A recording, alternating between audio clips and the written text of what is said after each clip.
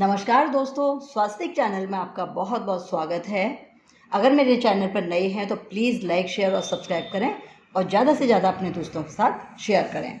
आज हम आपके समक्ष एक रोचक और पौराणिक कथा लेकर आए हैं।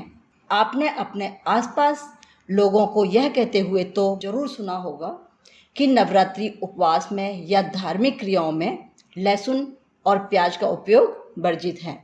हम में से कई लोग इस कथन का पालन भी अवश्य करते होंगे। आखिर ऐसा क्यों है? लहसुन और प्याज को धार्मिक क्रियाओं, पूजा पाठ आदि में उपयोग करना वर्जित माना गया है। चलिए आगे हम इसका कारण जानते हैं। हिंदू धर्म शास्त्रों के अनुसार जब समुद्र मंथन चल रहा था तब उसमें से जो अमृत निकलता है उसे भगवान विष्णु मोहिनी रूप धारण कर देवताओं को अमृत बांटते हैं।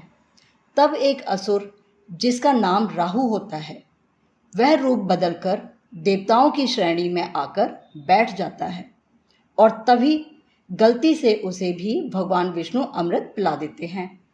परंतु भगवान विष्णु को उसी क्षण पता चल जाता है। उसी क्षण विष्णु भगवान अपने सुदर्शन चक्र से उसका गला काट देते हैं। परंतु जब तक अमृत की कुछ बूंदें असुर के मुंह तक जा चुकी होती हैं लेकिन गले से नीचे नहीं उतर पाती और शरीर में अमृत नहीं पहुंच पाने के कारण शरीर वहीं नष्ट हो गया, परंतु सर अमर हो गया। जब भगवान विष्णु उस असुर का सर काट देते हैं तब खून की कुछ बूंदें अमृत के साथ मिल नीचे जमीन पर गिरती हैं, जिसके कारण उस स्थान पर प्याज और लहसुन की उत्पत्ति होती है। प्याज और लहसुन अमृत की बूंदों के साथ मिलकर बना है, इसलिए इनमें भयंकर रोगों से लड़ने के गुण मौजूद होते हैं।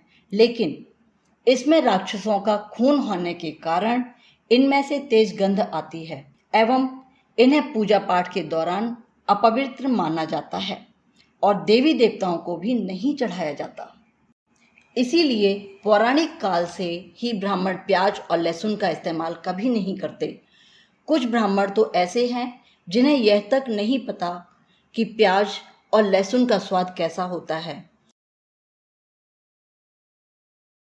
शास्त्रों के अनुसार हमें जो भी भोजन खाना चाहिए वह सात्विक होना चाहिए, क्योंकि भोजन का हमारे जीवन में बहुत बड़ा महत्व होता है। इसका हमारे मन पर सीधा असर पड़ता है। बड़े बूढ़ों ने कहा है कि जैसा अन्न वैसा मन और जैसा आहार वैसा ही हमारा व्यवहार होगा। आयुर्वेदिक के अनुसार खाद्य पदार्थों को 3 श्रेणियों में बांटा गया है: सात्विक, तामसिक और राजसिक। सात्विक भोजन में दूध, घी, आटा, चावल, मूंग, लौकी आदि जैसे पदार्थ आते हैं। इस प्रकार के भोजन में शांति, संयम और पवित्रता जैसी भावनाओं को बढ़ाने की शक्ति होती है। वहीं राजसिक भोजन के अंतर्गत तीखे, खट्टे, चटपटे और मीठे पदार्थ, मिठाइयाँ आदि आते हैं। इस प्रकार के भोजन से हमारे अंदर खुशी जैसी भावनाएं उत्पन्न करने की शक्ति होती है, जबकि तामसिक भोजन के अंतर्गत लहसुन, प्याज, मांस, मछली और अंडे जैसे खाद्य पदार्थ शामिल होते हैं। इस प्रकार के भोजन क्रोध, जुनून, उत्तेजना, अहंकार, विनाश जैसी भावनाओं को उत्पन्न करते हैं। लहसुन और प्याज को आयुर्वेद में तामसिक भोजन में रखा गया है।